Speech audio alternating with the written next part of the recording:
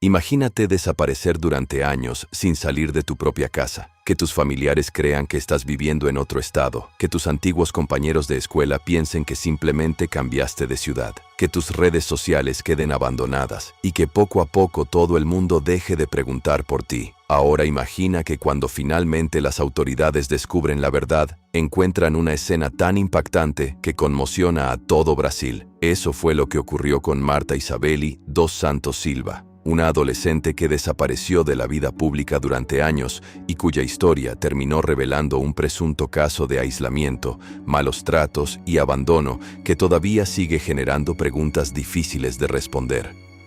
Quédate hasta el final, porque este caso no solo trata de quiénes fueron los responsables, sino también de cómo tantas señales de alarma pudieron pasar desapercibidas durante tanto tiempo. La mañana del 24 de febrero de 2026, una llamada alertó a las autoridades sobre una situación extraña en una vivienda ubicada en Porto Velho, en el estado brasileño de Rondônia. Cuando los agentes llegaron al lugar, encontraron una escena que los dejó impactados.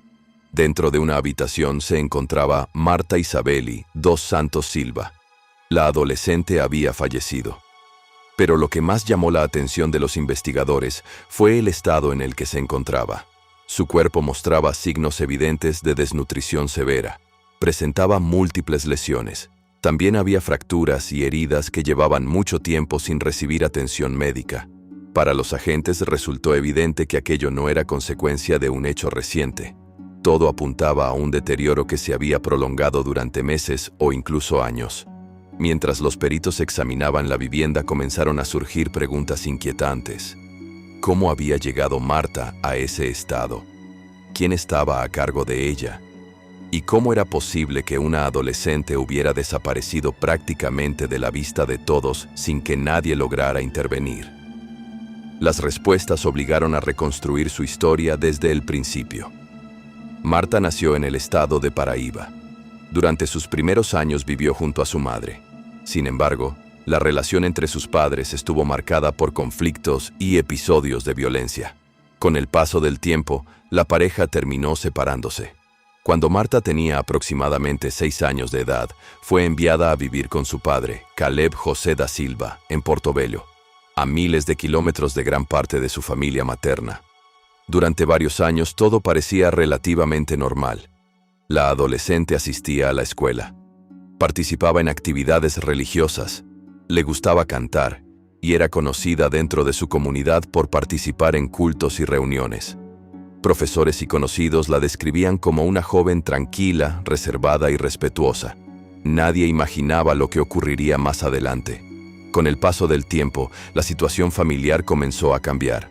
Entre 2019 y 2020, Caleb inició una relación con Vanis Farias da Silva. La mujer se convirtió en la madrastra de Marta. Juntos comenzaron a construir una imagen pública muy respetada dentro de su comunidad religiosa. Fundaron una congregación conocida como Ministerio Profético Apocalipsis. Caleb era presentado como pastor. Vanis ocupaba funciones de liderazgo dentro de la congregación. En redes sociales compartían fotografías de reuniones religiosas, cultos y actividades comunitarias. Para muchas personas eran vistos como líderes espirituales ejemplares, pero según las investigaciones, detrás de esa imagen existía una realidad muy diferente. La desaparición de Marta de la vida pública no ocurrió de un día para otro. Fue un proceso lento, gradual, casi imperceptible. En 2023 ocurrió uno de los cambios más importantes. Caleb acudió a la escuela donde estudiaba Marta y comunicó que la adolescente sería transferida porque supuestamente continuaría sus estudios en Paraíba. Después de eso, dejó de asistir a clases. Sus profesores nunca volvieron a verla. Sus compañeros perdieron contacto con ella, y una de las pocas conexiones que tenía con el mundo exterior desapareció por completo. Poco después, ocurrió algo similar con sus comunicaciones. Familiares que vivían lejos comenzaron a notar que cada vez era más difícil hablar directamente con ella. Las llamadas se volvieron menos frecuentes. Las respuestas llegaban a través de otras personas. Y con el tiempo, sus redes sociales dejaron de mostrar actividad. La adolescente que antes compartía mensajes, fotografías y conversaciones simplemente desapareció del entorno digital. Mientras algunos familiares creían que seguía viviendo con su padre, otras personas pensaban que había regresado con su madre. Entre versiones contradictorias, Marta fue desapareciendo poco a poco de la vista de prácticamente todos los que la conocían.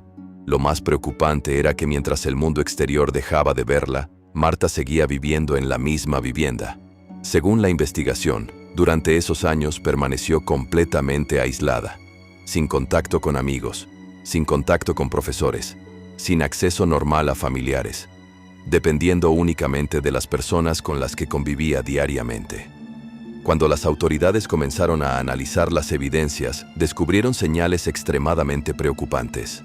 Existían lesiones en muñecas y tobillos compatibles con inmovilizaciones prolongadas.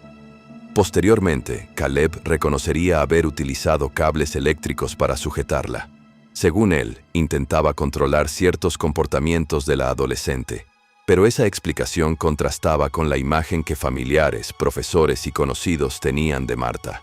Además, los investigadores documentaron fracturas en distintas partes del cuerpo, entre ellas lesiones en un brazo y en la clavícula. La desnutrición era tan severa que su cuerpo presentaba una fragilidad extrema. Todo indicaba que llevaba mucho tiempo sufriendo un deterioro progresivo sin recibir la atención médica necesaria. A medida que avanzaban las investigaciones, también surgió otro dato inquietante. Al menos una persona había intentado alertar sobre lo que estaba ocurriendo. Se trataba de Stefan Victoria, hija de Vanis. Según la información del caso, tuvo acceso a imágenes y videos que mostraban las condiciones en las que se encontraba Marta.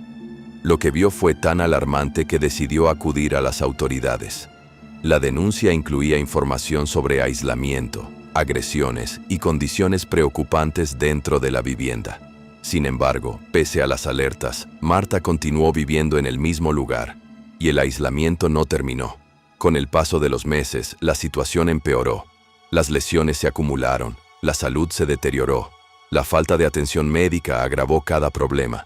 Y cuando finalmente las autoridades llegaron a la vivienda el 24 de febrero de 2026, el desenlace ya se había producido. Marta había fallecido. A partir de ese momento, comenzó una investigación que sacudió a toda la comunidad. Los agentes concluyeron que no estaban frente a una muerte natural ni a un hecho aislado. Las evidencias apuntaban a un largo periodo de aislamiento, abandono y presuntos malos tratos. 2 días después fueron detenidos Caleb José da Silva y Vanis Farías da Silva. Posteriormente, también fueron arrestados otros familiares mientras las autoridades intentaban determinar quiénes conocían la situación y cuál había sido el nivel de participación de cada uno. La investigación también analizó otros posibles delitos relacionados con el caso, entre ellos tortura, privación ilegal de libertad y otros abusos presuntamente cometidos durante los años en que Marta permaneció aislada. Algunas líneas de investigación continúan abiertas y varios aspectos siguen siendo analizados por las autoridades brasileñas. Pero más allá de los arrestos y del proceso judicial, hay algo que sigue estremeciendo a quienes conocen esta historia. Marta no desapareció en una noche, no fue secuestrada por desconocidos, no se esfumó sin dejar rastro, desapareció poco a poco. Primero de la escuela, después de las redes sociales, luego de las reuniones familiares y finalmente de la vista de casi todo el mundo. Cuando la verdad salió a la luz, ya era demasiado tarde, y esa sigue siendo la pregunta que persigue este caso hasta hoy. ¿Cuántas oportunidades existieron para ayudar a Marta antes de que ocurriera esta tragedia? Te leo en los comentarios.